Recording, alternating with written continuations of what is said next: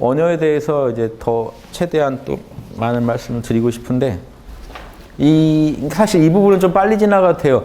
제가 대승기신론이나 화엄경 때 많이 했던 내용이에요.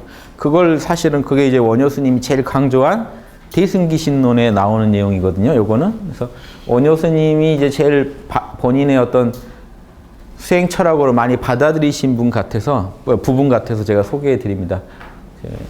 그래서 원효 스님은요, 진짜 이 대승보살은 달라요. 근데 이건 좀 이해하셔야 돼요. 소승 남방불교 있죠? 지금 소승 대승으로 나누면 소승의 사선정이 있고 대승의 사선정이 있습니다. 이제 선불교는 그 중에 그러면 이제 주로 이제 최상승선을 논한다고요. 한 방에 바로 가는 걸 강조하죠. 근데 한 방에 바로 간다 그래도 바로 가는 게 아니고 시간은 오래 걸려요. 아무튼 실제로 닦다 보면. 그런데 이거죠. 에고에서 참나로 바로 들어가면 참나만 붙잡으면 되지, 참나를 잡았을 때 에고의 상태에 따라서 이렇게 1선정, 2선정, 3선정, 4선정이 나뉘는 거거든요. 그러니까 에고의 상태에 따른 구분이 사선이라는 말을 안 쓰고 참나를 각성했다 안 했다 요거에 초점을 두자는 발상이죠. 근데 원래 대승불교는 사선정을 중시하죠. 소승. 이 사선정 같아요. 이거 혹시나 이거 오해하시는 분도 있어요. 소승이 명상 잘하고 대승은 명상 대충 한다고 생각하시면 있어요. 선불교 때문에. 대승은 소승보다 선 더 잘하면 잘했지 못하지 않습니다. 원효나 이런 분들은 선의 달인이에요. 그런데 이거죠. 뭔 차이냐면 화엄경에 있는 사선정 설명과 초기불경에 있는 사선 설명은 똑같습니다. 제가 화엄경 할 때 다 설명드렸어요. 그래서 지금 소승불교 학자들마저도 화엄경에 있는 설명이 워낙 똑같으니까 화엄경도 결국은 소승불교의 연장이다라고 주장하려고 한다고요. 그 정도로 내용이 똑같단 말이에요. 그런데 이게 달라요. 용도가. 이 사선정을 통해 열반에 드는 걸로 만족하죠. 이 사선정을 통해서 중생을 구제해야 된다고요. 그러면 사선정 안에 계속 있을 수 있겠습니까? 그러니까 늘 깨어서 일 처리하는 게 중요해져요. 즉 육바라밀을 총체적으로 쓰는 선정을 더 강조하게 돼요. 근데 수행 과정에서는 당연히 다 겪어야 되는데 이 사선정에 주로 안주하고 있는 분들하고 사선정에 안주하기보다는 사선정을 바탕으로 해가지고 돌아다니면서 중생을 구제하고 매 순간순간 본래 열반이고 본래 선정이라는 걸 알려니까 당연히 이 선불교식 선을요 원효 스님부터 다 써요. 그래서 지금 웃기는 거예요.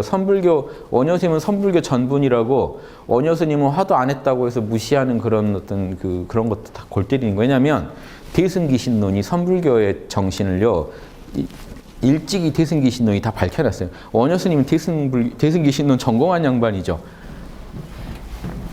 이 대승기신론식 선법이 탁월합니다. 사선정을 대승기신론 강조 안 하고요. 사선정의 본질은 곧장 무념에 드는 거 아니냐 이거죠. 본래 일체 만상이 본래 없다라고 하고 본래 열반이다 하고 내려놓아 버리면 그대로 들어간다는 이거를 대승기신론이 강조해요. 그래서 육조단경에 보면 대승기신론을 계속 인용합니다. 육조대사가. 그러니까 이미 선불교의 그 철학이요 이미 대승기신론에서 다 나와 있다고요. 그러니까 이 원효나 이런 분들은요 이거의 달인이란 말이에요. 그래서 매 순간이 엄청나게 복잡한 일처리, 어마어마한 경전을 주석하셨죠. 어마어마한 경전을 푸는 이 과정이 모두 선이었단 말이에요. 진짜 이건 선의 작용까지 이제 마스터 한 분만 쓸 수 있는 거거든요. 이런 경지가 이제 보살입니다. 그래서 이 보살이 닦는 선은 이런 곧장 참나 자리에 접속해서 1선정, 2선정, 3선정, 4선정을 막론하고 언제 어디서든 선의 상태로 살아가는 거예요. 육바라밀을 구현하면서. 이제 이게 이제 더 그 작용까지 얘기하면 이렇게 달라질지 모르지만 닦는 선정이 뭐 다른 게 있는 건 아니에요. 에고가 4단계로 고요해지거든요. 누구나. 이건 종교 불문하고 4단계로 고요해지게 돼 있어요. 그래서 이 사선정의 모습은 여러 종교에 다 있습니다. 툭툭 실제로 겪어보시면 툭 어떤 막을 하나 뚫고 들어가듯이 의식이 떨어져요. 또 떨어지고 이렇게 한 번씩 떨어져요. 요 한 4단계 떨어지면요 참나만 남습니다. 그걸 사선정이라고 하는데 그게 종교 다르다고 다 달라질 수 있는 게 아니에요. 심리학이 뭐 인종 따라 종교 따라 달리 있는 게 아니죠. 사람 마음은 하나예요. 하나의 심리학이 있듯이 선정도 하나의 선정만 있습니다. 의식이 고요해지는 단계는 똑같아요. 실제로 수녀님들하고 티베트 고승들하고 앉혀놓고 뇌파 실험했을 때 똑같이 들어갔어요. 똑같이 뇌에서 시공 인식 영역이 딱 다 불 꺼져 버렸다고요. 그래서 극영지까지 들어갔다 나왔는데 스님들은 공을 체험했다고 그러고 저분들은 하나님 만났다고. 그러니까 해석이 달라요. 해석이 다르지 우리 뇌가 다를 수가 없어요. 선정이 다르다는 것처럼 황당한 말은 없습니다. 선정은 똑같습니다. 인간이 겪을 수 있는 체험은 똑같아요. 다만 이거는요. 곧장 참나를 바로 인식한 상태를 그냥 선으로 바로 보자는 거예요. 그게 선의 본질이라는 거예요. 그래서 이건 에고의 조건을 빨리 놔버리고 참나에 바로 집중하는 걸 도와주는 방법이기 때문에 이건 이거대로 또 효용이 있습니다. 그래서 선의 달인들은 당연히 이걸 다 알아요. 최상승선을. 이건 화두선 나오기 전에도 다 알던 거예요. 부처님도 다 하던 거예요. 이거. 부처님 밑에서 얘기 듣던 아라한이 반나절 얘기 듣다 아라한 됐을 때 이미 다 이거 겪은 거예요. 이게 뭐 별도로 따로 있는 게 아니에요. 선불교 정신. 그래서 저 선불교가요. 여기서 지금 선불교가 최상승선을 강조하는데 티베트 가면 족첸과 마하무드라는 최상승법이 있습니다. 똑같아요. 인도에 가면은 그 마하리시가 하는 자아탐구법인 그 지혜요가인데 지혜요가에 똑같은 게 있어요. 그래서 거기 성자 파파지 이런 성자들은 사람 와서요. 괴롭습니까? 예, 저 괴롭습니다. 누가 괴롭습니까? 내가 괴롭습니다. 나 어디가 괴롭습니까? 나 괴롭지 않은데요. 그 자리입니다. 달마가 한 안심법문이라고 여기 중국 와서 처음 한 그걸요. 힌두교 성자들은요. 그냥 써요. 이 법으로 견성시켜줘요. 문제는 거기서 바로 견성이라고 내보내니까 문제가 돼요. 나가서 얼떨떨해요. 견성했다고 나왔는데 저 안 한 것 같은데요. 아니 했습니다. 그래서 문제가 된 경우 있어요. 파파지 같은 사람은요. 대화로 바로 해가지고 그 자리 바로 느끼게 한 다음에 견성했다고 해서 보내버려요. 그래가지고 그 뒤로 황망해지는 사람들 얘기를 많이 봤어요. 난 아닌데. 뭔지 아시겠죠? 학당 오면 이런 격이랑 똑같아요. 그러니까 너무 좀 불친절한 면이 있죠. 이런 면은 친절해요. 와라. 모른다 해보서라. 모른다. 나란 존재 있잖냐. 예, 있습니다. 예, 다음. 나가면 황망하죠. 이제 자기 마음은 컨트롤이 안 되는데. 그러니까 이런 경우가 있을 정도로 쉽게 가르쳐줘요, 대신에. 이해되시죠? 이 정도로. 그래서 힌두교나 이게 구분하지 마시고 하는 내용을 보세요. 똑같아요. 그게 티베트 가면은 족첸과 마하무드라고 하는데 심지어 티베트에 갔을 때 이 최상승선이 티베트 들어왔을 때요. 족첸과 마하무드라의 지금의 모습을 하기 전에 티베트은 벤교라는 민족 종교가 있었어요. 더. 벤교에도 똑같은 게 있었어요. 그래서 지금도 티베트 가면요. 벤교의 그 깨닫는 법하고 티베트 불교의 깨닫는 법이 같이 전수돼요. 지금. 들어오기 전부터 내려놔 버리면 그대로 열반에 드는 법이 있었다니까요. 불교가 들어오기 전부터. 이게 우리 민족은 없었을까요? 그러니까 자성구자 강제인해. 너의 본성에서 씨앗을 찾아라. 하느님은 이미 너 머릿속에 내려와 계시다. 이게 전형적인 이게 최상승법이에요. 예. 이게 우리 삼일신고에 나오는 얘기. 이게 다 있는 거예요. 내려놓으면 그냥 들어갑니다. 별게 아니죠. 내려놓으면 바로 그 자리다. 요게 이제 불교에서는 선불교가 이걸 강조해요. 티베트 불교에서 금강승에서는 족첸과 마하무드라법이 저기에 해당된다. 요거 알아두시고요. 자, 그래서 아무튼 대승기신론은 선에 대해서 본래 열반이다 하면 그게 그대로 선인데 그래도 이제 대승불교는요. 또 선정을 강조합니다. 그런 채로 앉아가지고 틈틈이 사선정을 통해서 깊이 그걸 체득할 필요가 있고 대신에 움직일 때는 어떻게 돼요? 하루 종일 선정만 하라고 안 해요. 보살도는. 움직이면서 경전도 읽고 사리 판단도 하고 중생도 도와주려면 끝없이 머리를 쓰고 다녀야 되죠. 머리 쓰는 중에도 사실 선은 전제돼 있어야 돼요. 선이 없는 지혜는 없거든요. 그런데 이때 선은요. 참나 각성 정도의 선이지 지금 사실 사선정을 들 수가 없죠. 사선정만 들어도 여러분 일선정만 들어도 생각을 못 해요. 일선전에 안 들고 일상생활 하면서 선이 돼야 돼요. 그게 본래 삼매라는 거고 본래 삼매가 지금 최상승성의 기본 원리라고요. 우린 본래 삼매의 상태다.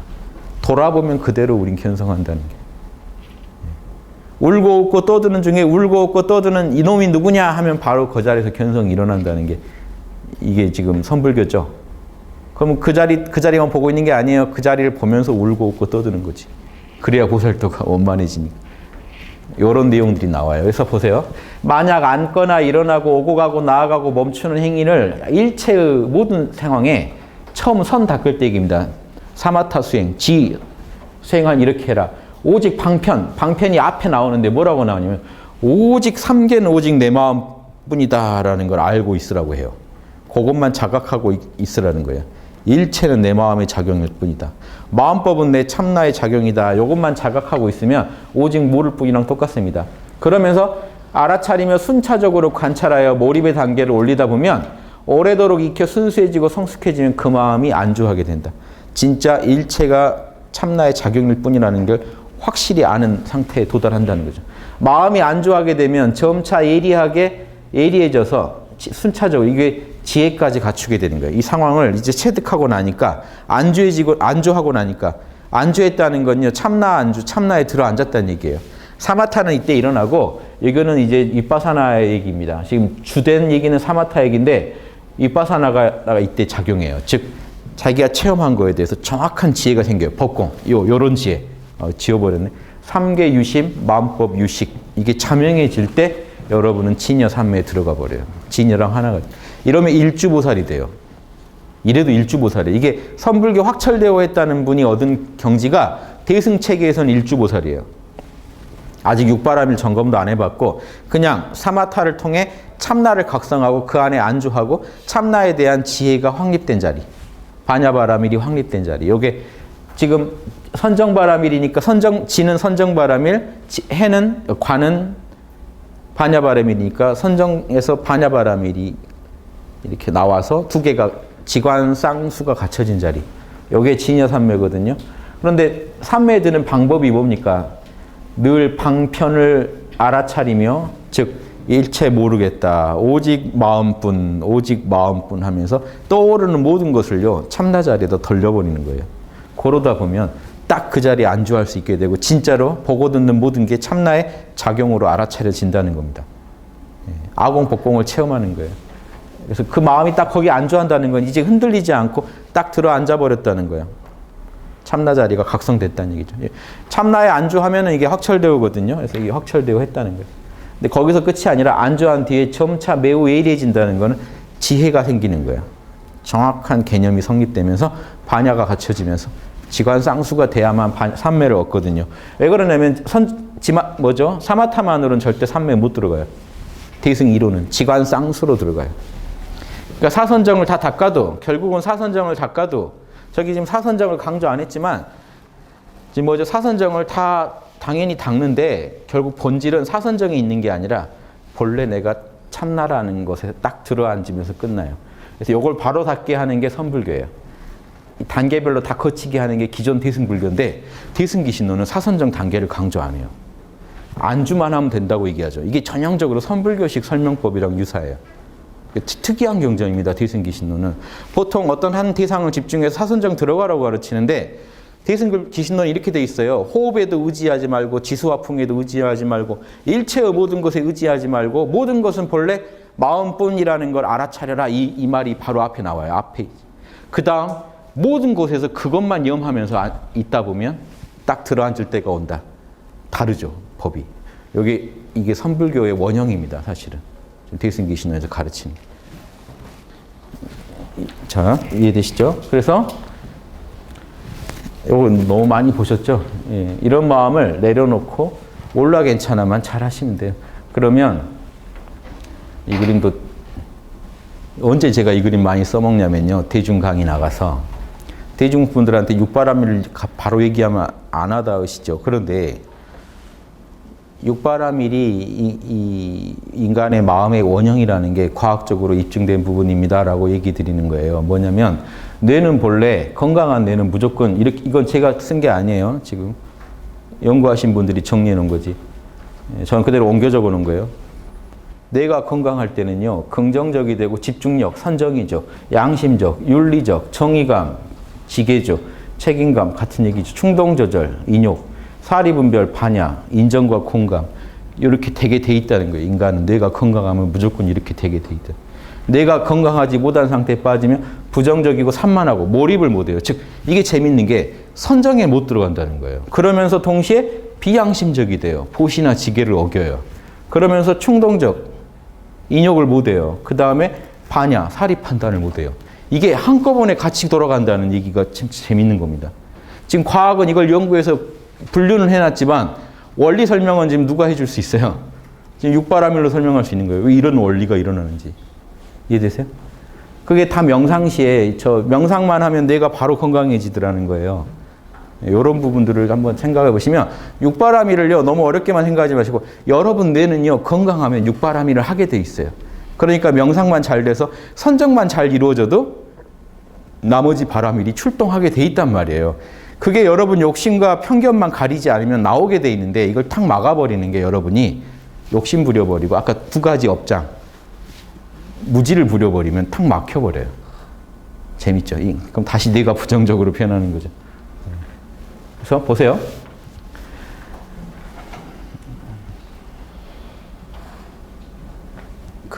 아까 제가 삼매가 대승기신론은 이미 벌써 사선정에 매이지 않고 있다는 얘기를 드렸죠. 언제 어디서든지 마음법을 보든지 그 마음법이 본래 참나의 작용이라는 걸 알면 선이라는 거예요. 이먹고만 잘하면 선이라는 건 똑같은 얘기입니다. 원효가 그걸 정말 잘 활용하고 있어요. 보세요. 원효가 생각하는 선관인데 금강산매 경론 원효글입니다. 이거는. 원효가 금강산매경을 풀 때 산매에 대해서 푸는데 이렇게 풀어요. 만약 정신이 하나의 대상에 머물러 있는데 사선정 드는 사람은 뭘 중시하냐면 한 가지에 집중하는 걸 처음에 중시해요. 집중하다가 말이 다 끊어지고 그 집중만 남으면 이제 일선정입니다. 이선정은 집중도 대상도 놔버리고 오로지 이 참나의 자체에 집중해 가는 거예요. 그런데 만약 정신이 하나의 대상에 머물러 있는데 혼미하고 어두워서 정신을 차려 자세히 살필 수 없다면 그건 이미 혼침이다. 뭔 얘기냐면요. 대상 하나에 집중했는데 정신을 잃어가지고 자세히 알아차릴 수 없다면 혼침이다. 이거는 이제 알아차림이 빠진 거는 혼침이다. 만약 정신이 하나의 대상에 머물러 있는데 정신이 어두워지지도 않고 들뜨지도 않으면서 알아차리고 바르게 생각하고 살필 수 있다면 삼매다. 요 말은요. 뭔 얘기냐면 깊은 삼매를 지금 강조하지 않고 원효는요. 보고 바로 생각도 할 수 있는데 알아차리는 대상은 하나라 하더라도 혼침에 빠지면 엉터리고 정확히 알아차리면서 생각도 할 수 있으면 그것 이미 삼매라는 얘기를 하거든요. 이해되세요? 이거는요 일선정도 아니에요. 선정 단계로 치면 일선정도 이렇게 지금 바로바로 이렇게 생각하면서 같이 이어져 갈 수 없거든요. 근데 요거는 생각까지 해가면서 삼매를 이어가겠다는 얘기죠. 그래서 보세요. 이것은 바로 삼매이다. 따라서 생각하고 살필 수 있음 때문에 혼침과 구별된다. 바로바로 기민하게 생각할 수 있는 상태라는 점에서 알아차림이 강하니까 혼침과 구별되고 그러므로 정신이 하나의 대상에 머무는 것과 여러 대상으로 옮겨다니는 것으로 삼매와 혼침이 구별되는 것이 아니다. 이 말은 뭐냐면요. 하나만 보고 있다고 삼매가 아니라는 거예요. 여러분이 기민하게 알아차리고 계시다면 여러 대상으로 옮겨다녀도 다 삼매라는 거예요. 끝없이 많은 생각을 하고 있어. 다 삼매라는 거예요. 보세요. 수많은 여러분이 100가지 생각을 한다고 해도 한 번에 하나가 하겠죠. 한 번에 하나 할 때 딱 몰입해서 하고 몰입해서 처리하고 몰입해서 처리하고 100가지로 옮겨다녀도 다 삼매고 한 놈만 보고 있어도 흐리멍텅하고 그걸 알아차리지 못하고 기민하게 그게 대처하지 못하면 그건 삼매가 아니에요. 죽은 것이다. 이 원효의 좀 입장입니다. 독특한. 원효는 지금 사선정보다요. 평생에 엄청난 경전을 품으니까 이분도 선정은 선정대로 다 누리셨겠지만 선정에만 머물러 계신 분이 아니란 것도 아셔야 돼요. 평생 수많은 경전을 보고 옳고 그름을 판단하고 그러면 그때 쓴 선정이 뭐겠어요? 깨어있대 올바른 판단을 돕는 정도로 선정을 썼겠죠. 그 얘기를 하는 거예요. 수많은 고민을 안고 연구하고 세상사에서 대처하더라도요. 깨어서 정신을 알아차리고 보세요. 정신이 어두워지지 않고 들뜨지도 않아요. 정확히 알아차리고 세속의 일이 끌려가지도 않아요. 법공을 얻었기 때문에. 그래서 정신을 차려서 바르게 생각하고 살필 수 있다면 올바른 판단을 내릴 수 있다면 이미 삼매라는 요 삼매를 되게 강조하는 거예요. 원효가 강조한. 이해되시죠? 그러니까 여러분 육바라밀을 잘하는 걸 돕는 삼매 있죠. 그건 선정 단계로 치면 일선정도 아니에요. 하지만 그 선이 중요해요. 보살이 되려면 그 선정을 잘 들어야 돼요. 은미한 참나의 빛만으로도 사리 판단을 잘할 수 있는 그런 힘이 있어요. 사선정에 들었을 때는 누구나 다 자명해요. 그런데 보살이라면 남하고 막 싸우고 언쟁을 벌이고 있는 중에도 깨어서 그 상황을 올바르게 처리할 힘이 있어요. 내 재산 다 걸렸는데도 거기서 또 깨어서 모두가 만족할 만한 답을 딱 찾아낼 수 있어야 돼요. 요게 어려운 선이거든요. 사람들은 앉아서 사선 드는 게 어렵다고 생각하는데 사선정 드는 건요. 다 누구나 할 수 있어요. 어려운 건 뭐냐면요. 현실에서 깨어서 올바른 판단하는 게 어려운데 올바른 판단하기 전에 깨어있는 게 어려워요. 그 상황에서. 깨어있어야 올바른 판단을 하죠. 이 두 개가 다 어려운 거예요. 그래서 대승에서 강조하는 지관법은 살아서 이렇게 활동하는 지관법이지 고요한 곳에서 머물러서 얻는 지관이 아니에요. 여기서 소승 대승이 또 갈립니다. 그러니까 기본 체계는 똑같은데 강조점이 달라진다는 거예요. 또 이 말 듣고 이 사람들은 사선정 못 해봤나 보다 이러면 망발이죠. 이해되시죠? 분명히 누군가 이런 말 하니까 제가 얘기 미리 해놓는 건데. 자, 대승기신론은 뭐라고 하는지 보시죠. 앉아서 서마타 들 때는요, 뭐 사선정 아니라 멸진정까지 다 들어가야 돼요. 하지만 그때를 제외하고는 어떻게 하라고요? 일체의 때 응당해서 되는 것과 안 되는 것을 마땅히 남김없이 관찰해라. 관찰할 때도 선으로요. 선으로 집중해서 끝없이 사색해가지고 자명한 거랑 자명하지 않은 거를 딱 갈라놔야 돼요. 그래서 가고 머무르며 눕고 일어날 때 모든 때 응당 지관이 항상 함께 굴러가야 돼요. 이게 동정이력입니다. 이게 동정이력가요. 동정간에 항상 그 화두를 잡아야 된다. 항상 깨어 있어야 된다. 이런 정도의 의미가 아니고 더 리얼한 의미가 동정간에 고요할 때는 깊은 산매에, 움직일 때는 선악 판단에. 제가 늘 강조하는 거 있죠. 고요할 때는 양심 각성에 몰입하고 움직일 때는 양심의 실천에 몰입하셔야 돼요. 대승기신론에 이미 다 써 있어요. 보살, 이거 못한 보살들은 없습니다. 조선 선비들의 제일 그 공부법도 이거였어요. 고요할 때는 깊은 산매, 양심의 자체에 몰입하고 양심의 각성에 몰입하고 움직일 때는 정의에 몰입하고 양심의 구현에 몰입하라. 똑같죠? 가고 머무르며 눕고 뭐 일어날 때 모두 응당 지관이 항상 함께해서 이게 동정이렵니다. 움직이건 고요하건 늘 산매고 늘 반야고 늘 육바람이래요. 이른바 비록 일체의 법의 본성은 보세요. 이 말 아주 리얼한 얘기입니다. 대승기신론이에요. 지금 원효글은 아닌데 원효가 중시한 글이에요. 이른바 비록 일체의 법의 본성은 생겨나지 않음을 알아차리더라도 자, 이게 법공이죠. 여기까지가. 마음법이 본래 공한 줄을 알더라도 다시 인연의 화합과 선악의 과보는 절대로 없어지지 않음을 알아차려서 내가 한번 말해놓은 거 그 과보는 반드시 현상계에 남아있다는 걸 알아차려야 한다. 두 가지를 얘기해줘요. 마음법이 본래 참나의 작용이다. 여기까지만 알면요. 막행막식 하면서 다 참나야 라고 우길 수도 있죠. 아니라는 거예요. 마음법의 칼날 같은 적용에 대해서는 냉정하게 알아차려라. 그리고 비록 인연과 선악의 업보를 알아차린더라도 그 본성은 없을 수 없음을 그 본성은 얻을 수 없음을 알아차려. 그러면서 동시에 이것은 또 본래 공하다라는 것도 알아차려. 어렵죠, 주문이. 뭡니까, 결국? 깨어서 육바라밀로 이 현상계를 살아가시되 현상계 자체가 참나의 작용임을 알면서 살아가시라. 그러면서도 현상계 자체의 법에 돌아가는 건 하나하나 다 존중해 주라는 거예요. 내가 이렇게 하면 저 사람이 짜증내겠구나, 이렇게 하면 울겠구나, 다 존중해 주라는 거예요. 그 과보 하나도 어디 안 가니까. 하나도 없어지거나 무너지지 않는다. 무섭죠. 그러니까 석가모니도 본인 업보로 돌아가실 때는 음식 잘못 드시고 또 고통을 겪다 돌아가시는 거예요. 과보는요, 하나도 어디 가지 않습니다. 그래서 앙골라마라라는 자기 제자 중에 살인마가 아란이 됐어도 사람들한테 돌 맞고 다니는데 부처님이 거기에 대해서 어떻게 못 해줘요. 뭐라고 오히려 응원해 주죠. 너 원래 지옥 갈 건데 이렇게 갚는 거니까 화이팅 이렇게 하고 말지 더 못 해줘요. 감사히 받아라. 깨어서 그 과보를 돌 날아오는 거 그냥 맞았지 그 사람도 자기 과보가 어디 하나도 안 가니까요. 그런데 이 대승에서 볼 때는 소승의 그런 부분도 불만인 거죠. 그 생에 근데 그분들은 그 생이 끝난다고 생각하고 있었잖아요. 그런 것이 어디 있냐는 거죠. 과보는 옛날 과보를 우리가 헤아릴 수도 없듯이 하나도 어디 안 가기 때문에 과보를 끊는다는 발상을 하지 말고 애초에 그 과보를 이용해서 보살도를 해나가자는 거예요. 이런 거예요. 보살도. 보살은 예전에 여러분 빚진 분들 많겠죠. 그 빚진 분들 여러분한테 빚 받으러 오겠죠. 그러면 여러분 어떻게 해야 돼요? 온분 붙잡고 보살도 해야 돼요. 내가 예전에 업을 많이 지어놓으면 오히려 다행인 줄 아셔야 돼요. 업 받으러 다 올 거 아닙니까, 여러분은. 인연 있는 중생이 되게 많죠.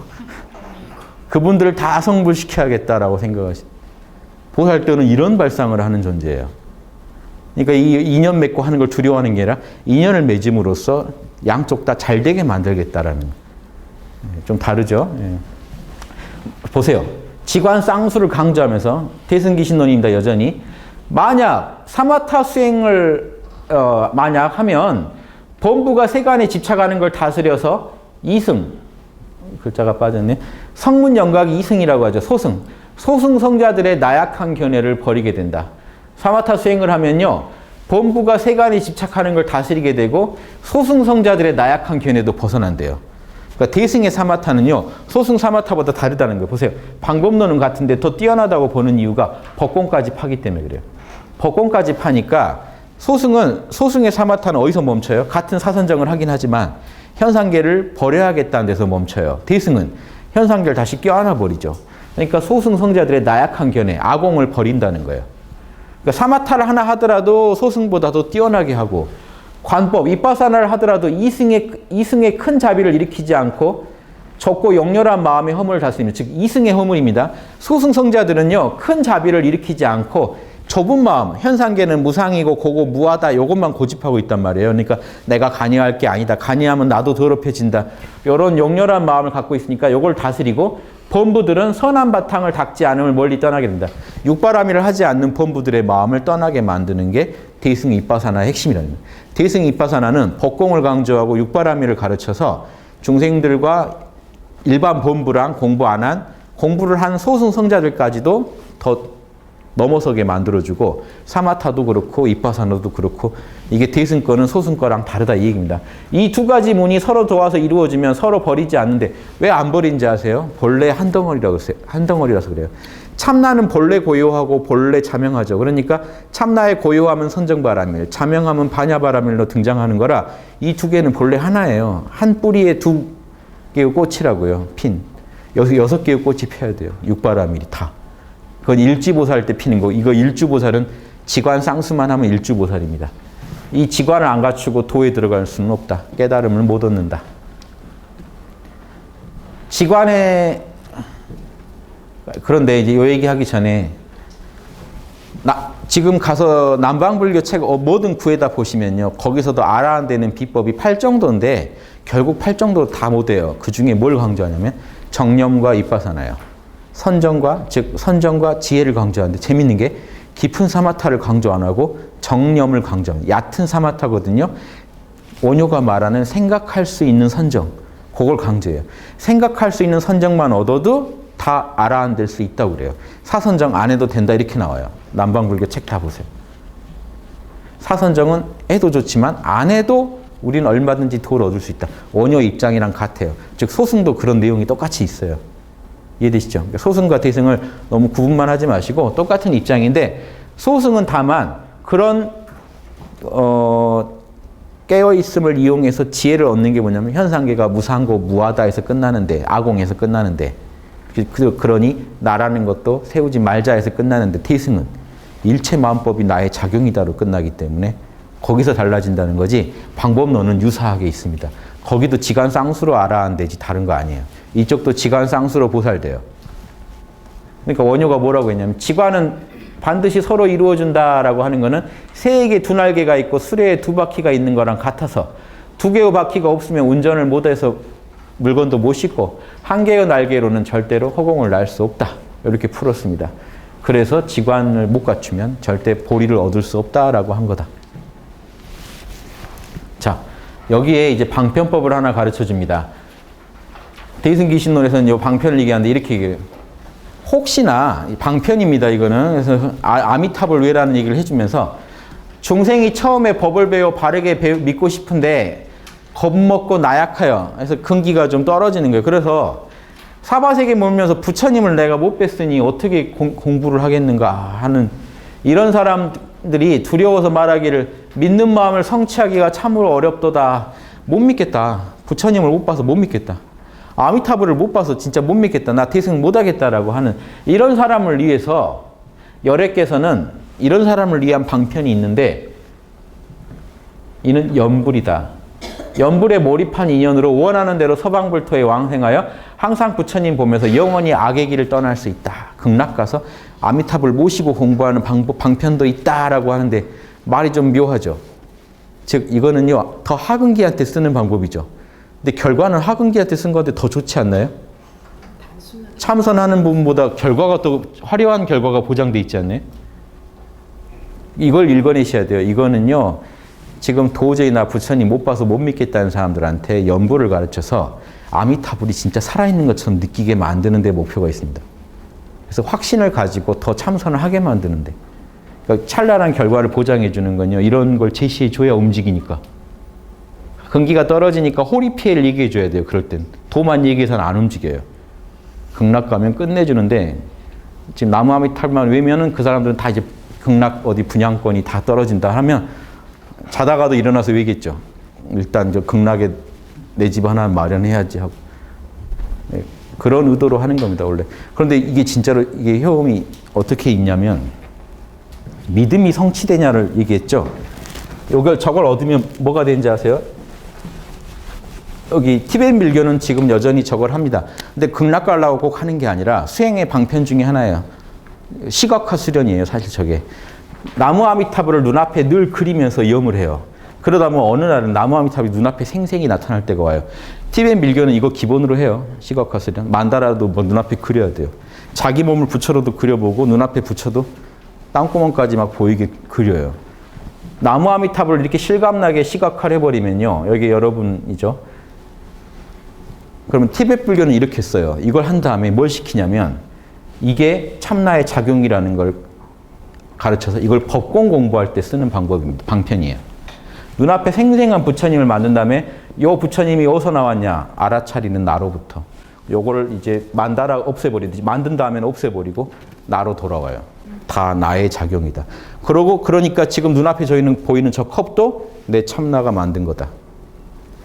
이해되세요? 부처님을 생생하게 만든 사람은요, 눈앞에 너무 선명히 봤기 때문에 현상계에서 보이는 것도 다 참나의 작용이라는 걸 이제 받아들여요. 법공 공부할 때 이 방편을 써요.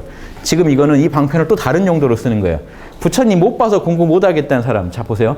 믿음이 성취돼야 되는데, 일지보살은요, 신성치지라 그래요.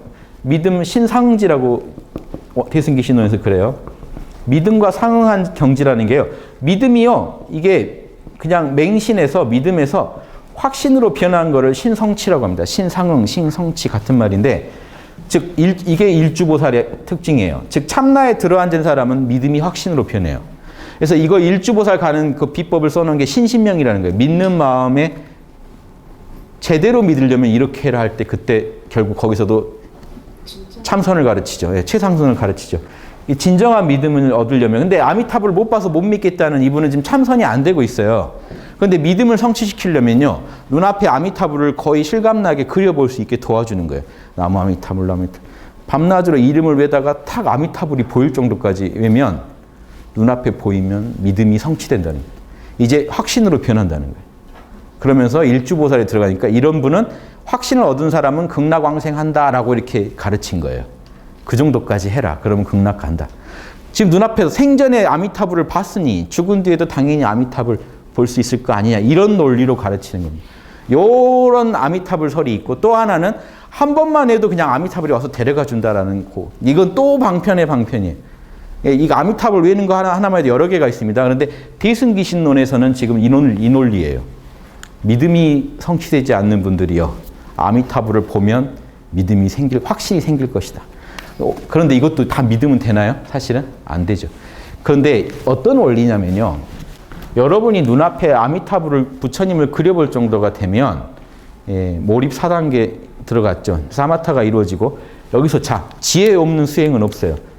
이게 결국 내 마음의 작용이라는 걸 깨치면 티베트식으로 법공을 얻으면 일주보살에 들어가요. 이렇게 지도해야 돼요, 사실은. 나중에는 아미타불을 외는 나는 누구냐까지 돌아봐서 딱 끝나야 되는데, 방편으로만 이제 전해지다 보니까 또 다양한 어떤 변주를 지금 보이고 있습니다. 그래서 이게 본식이에요. 이렇게 하면은 깨쳐요. 눈앞에 아미타불을 그려볼 정도가 됐는데, 요게 내 참나의 작용이란 걸 알면 법공을 깨쳐요. 지혜까지 얻어요. 대승기신론은 그걸 강조하는 겁니다. 그 정도 하면 일주보살 되니까, 일주보살은 참나에 안주한 사람이니까 극락 갔다고 말할 수도 있는 거죠. 어디 가도 참나 상태일 테니까. 요 얘기를 하는 거예요. 이것도 많은 이론이 있으니까 일단은 여기서 제가 이걸 왜 얘기했냐면, 나무 아미타불을 권하고 다녔기 때문에. 이런 발상을 가지고 원효 스님은요, 중생 속에 들어가서 거지처럼 하고 다니고 각설이 타령하면서 노래 부르면서 중생들한테 나무 아미타불을 왜 이렇게 가르쳤다. 하근기들한테 나무 아미타불이 제일 좋거든. 요것만 해라, 요것만 해라. 극락 간다. 그렇게 열심히 하다 보면 나무 아미타불이 눈앞에 생생하게 보일 때가 와요. 그때 여기서 잘해야 돼요. 그 상에 집착하면 나 밖에 아미타불이 있다고 집착해버리면 법집에 또 빠져버려요. 그게 내 참나의 작용인 줄 알면 법공에 들어가고. 이게요, 위험한 법이에요, 실제로는. 일반인들한테 공부 안 한 사람한테 공부하게 한 데까지 좋은데 부작용이 여전히 있는 법이에요. 나중에 또 잘 가르쳐 줘야 돼요. 이해되시죠? 이 문제가. 뭐랑 같냐면 지금 교회 다니는 분 중에 눈앞에 예수님 보이는 분 있을걸요? 그 정도면 신성치죠. 근데 왜 이게 불교로 치면 일주보살이 못 되느냐? 나 밖에 누가 있다고 생각하면 이게 지금 여전히 깨달은 상태는 아니거든요. 저희 전 TV에서 봤는데 우리 92년도에 제가 92학번인데 대학 갔더니 92년도에 휴거설이 돌아가지고 그때 난리 났었어요. 그때 TV에서 인터뷰하는데 한 여성분이 나오셔서 눈앞에서 예수님 보이고 막 나팔 불고 막 올라가고 다 봤다는 거예요. 생생하게. 나 봤는데 어떻게 안 믿느냐는 거예요. 시각화가 돼요. 여러분 열심히 믿고 간절히 하면. 그게 모두 공한 줄 알고 하나님 뜻인 줄 알면 이게 도를 얻는데 안 그러면 이게 그 상에 빠져버려요. 오히려 이제 이런 사이비 이론에 끌려갈 수도 있어요. 이해되시죠? 그래서 이거 위험하다는 거예요. 그것만으로는. 자, 그래도 이제 중요하니까. 두 번째 화쟁 얘기는요. 보살은 중생을 위하여 진리 그대로 회통하고 진실 그대로 화합하여 모이게 하여 저 중생을 포섭한다. 중생을 이렇게 도와주고 포섭하는데, 포섭하다 말 요즘 안 좋게 쓰죠. 불교에서는 되게 중요하게 쓰는 말이에요. 중생을 다 포용해 준다는 뜻이에요. 다 껴안고 중생을 다 도와주고, 있죠? 자녀가 10명 하나씩한테 그래도 뭐라도 하나씩 먹이고 하는 거야. 다 껴안아 주는데, 그때 보살은요, 중생을 위해서 진리를 하나로 회통해서 보여줘야 돼요. 왜냐? 중생들이 진리가 너무 쪼개져 있으면 못 걸어요. 보살들이 와가지고 저마다 논문을 하나씩 중생을 위해 쓰고 갔더니 한 100편이 쓰였는데 100편이 하나도 안 통해요. 중생 눈에 100편이 다 따로 놀면요, 큰일 나죠. 그럼 또 한 보살은 와서 뭘 해줘야 돼요? 진리를 회통시켜주고 가야죠. 그때 방법입니다. 그때 어떻게 하느냐? 열반종교의 이 비법이 나오는데, 만약 하나의 의견만 전체적으로 진리라고 고집하여 내 주장만 옳다고 하면 두 가지 설명이 모두 옳지 않게 되고, 부분적 진리임을 인정하여 자신의 뜻만 옳다고 하지 않으면 두 가지 설명이 모두 옳게 된다. 즉 보세요. 다양한 경전이 있으면 소승경까지도요. 소승도 분명히 해보고 한 얘기거든요. 실험에서 겪은 데까지 자명한 데가 있죠. 그럼 그 자명한 거기는 인정해 주는 거예요. 대승 중에도 자명한 거 인정하고. 서로 간에 자명한 부분만 엮으면 하나로 꿰지게 돼 있어요. 자명한 거는 원래 하나니까. 그런데 자명한 거에다가 하나를 더 보태버리면, 내 것만이 옳다고 해버리면 다른 자명함을 부정해버리면 둘 다 잘못된다는 거죠. 근데 둘 다 나도 부분적 자명함이야 라고 얘기하면 둘이 대화의 가능성이 열려요. 특히 한국 사회는 이게 필요합니다.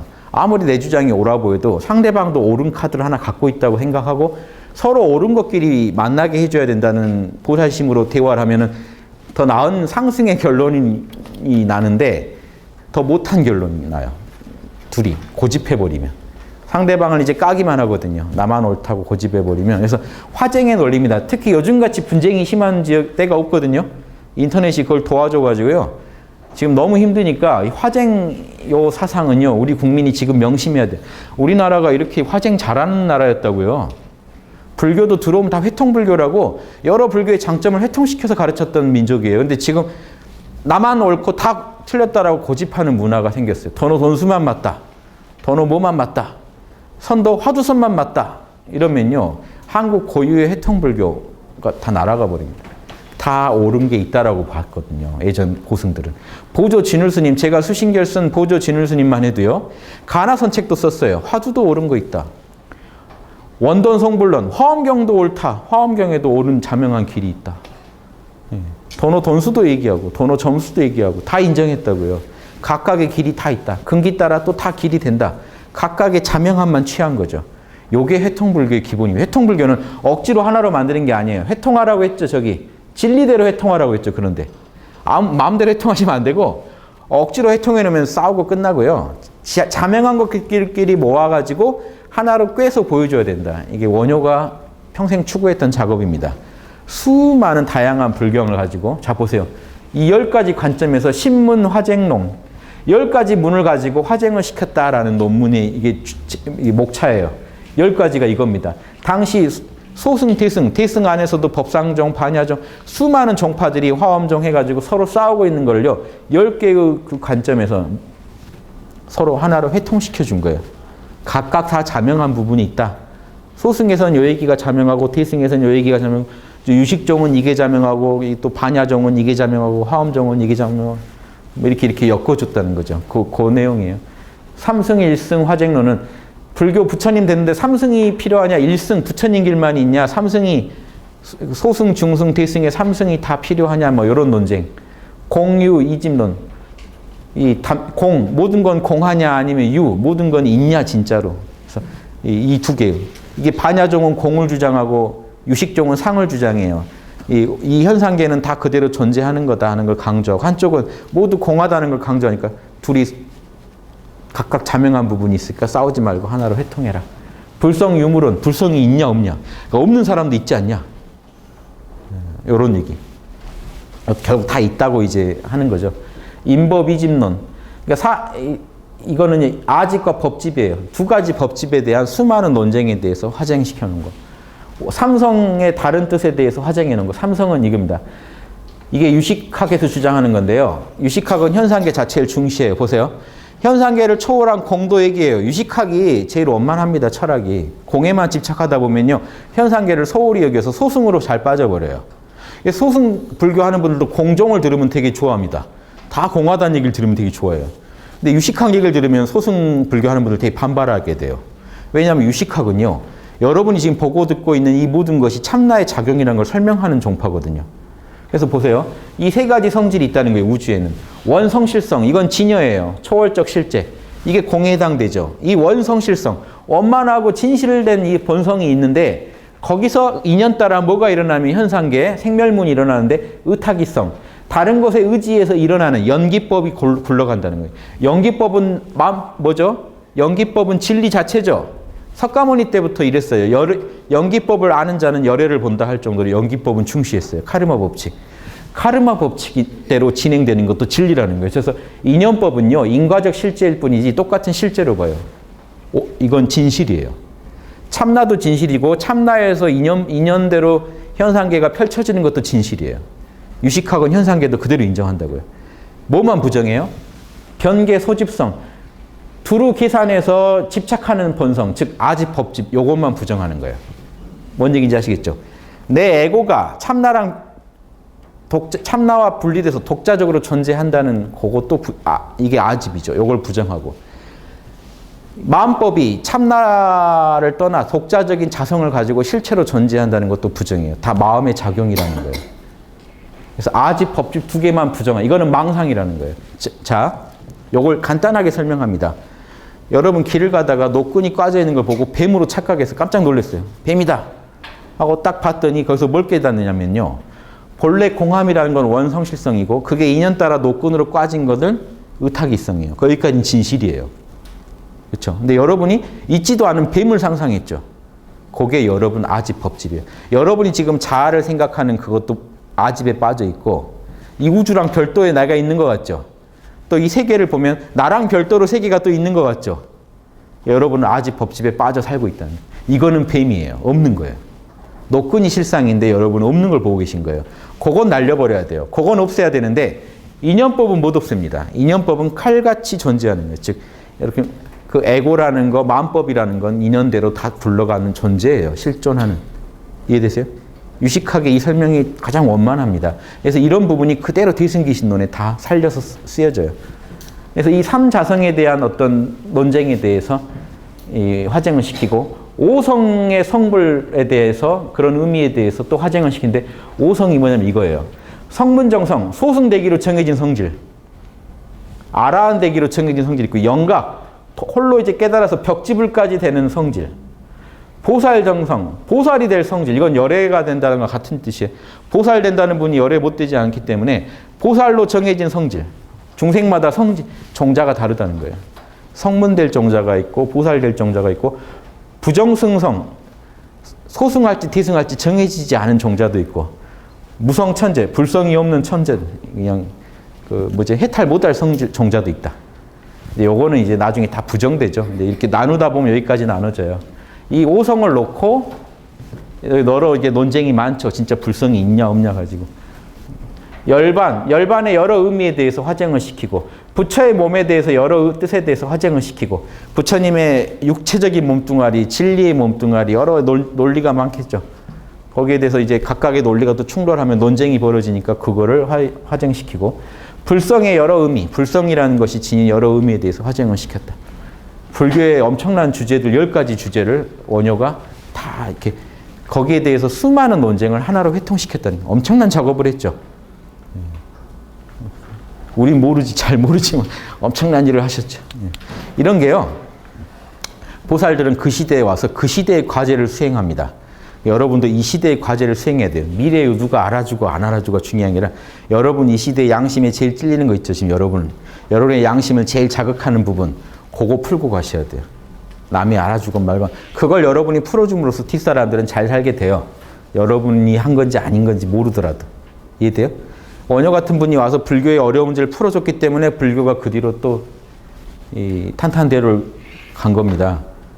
이해되시죠? 그래서 이제 요즘의 결과물이 나온 건데, 후손들이 잘 관리를 못하면 또 말아먹는 거 순식간이에요. 아무튼 이 원효의 정신을 가지고 또 불교의 첫 새벽을 열었다고 해서 원효잖아요. 근데 지금 막 햇빛이 꺼져가고 있는 상황 같아요. 제가 볼 때는.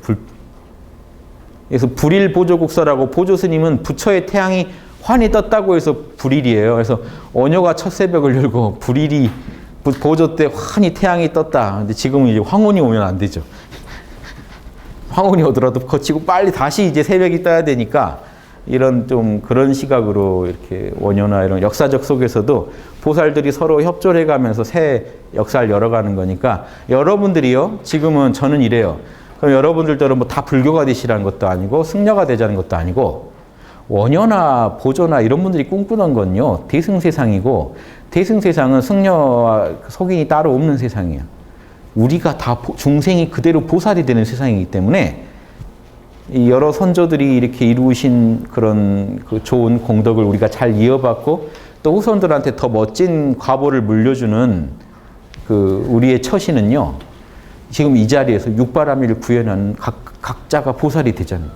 이게 최고의 공덕을 쌓을 수 있는 일이고, 이렇게 만들어진 이 작품은요, 불멸의 작품이 돼서 뒷사람들한테 엄청난 그 태양, 1000개의 태양이 뜨고 10,000개의 태양이 뜨듯이 한 사람의 태양이 뜨는 게 아니라 이 수만 명의 있던 태양이 떠가지고 사람들을 밝혀주면요, 사람들이 어두워질 수가 없게 돼요.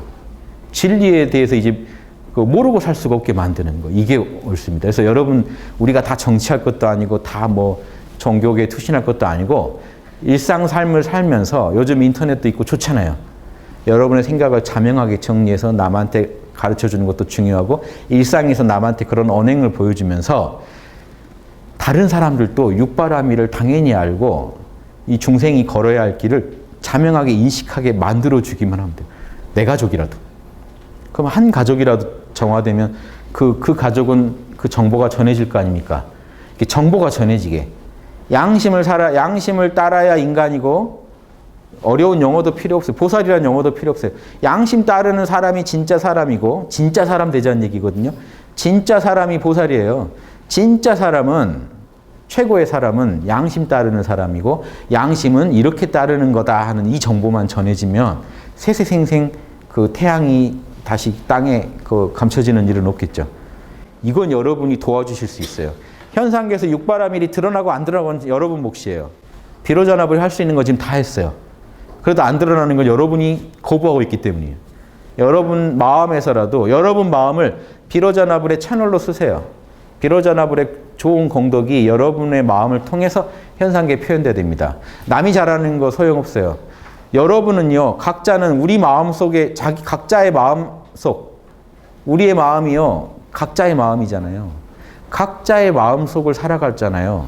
그러니까 다른 사람 마음에서 아무리 좋은 일이 일어나도 그게 나한테 영향은 주지만 내 마음이 광명해지지 않으면 내 우주는 어둡다고요. 여러분의 삶 자체를 밝게 만들려면 여러분이 각성해 줘야 됩니다. 아무리 친구들이 다 붙여라, 여러분한테 다 잘해주더라도 여러분 마음은 늘 탐진치에서 헤매고 있다면 여러분이 사는 세계는 어두운 거예요. 각자가 자기 세계의 주인공인데 자기 세계는 자기가 책임져야죠. 다른 부처들 하는 거 보고, 다른 보살들 하는 거 보고 각자대로 자기가 사는 세계를 자기가 밝혀야만 그리고 그런 사람들이 과반수를 넘겨야만 이 우주는 전체적으로 광명해지겠죠. 요 자명한 공식을 우리가 좀 명심하고 살면 이렇게 보살도를 공부하는 보람이 이게 아닌가 싶습니다. 그래서 좀 보살도에 대해 새롭게 더 발심하는 계기가 되셨으면 합니다. 원효 강의가. 예, 감사합니다.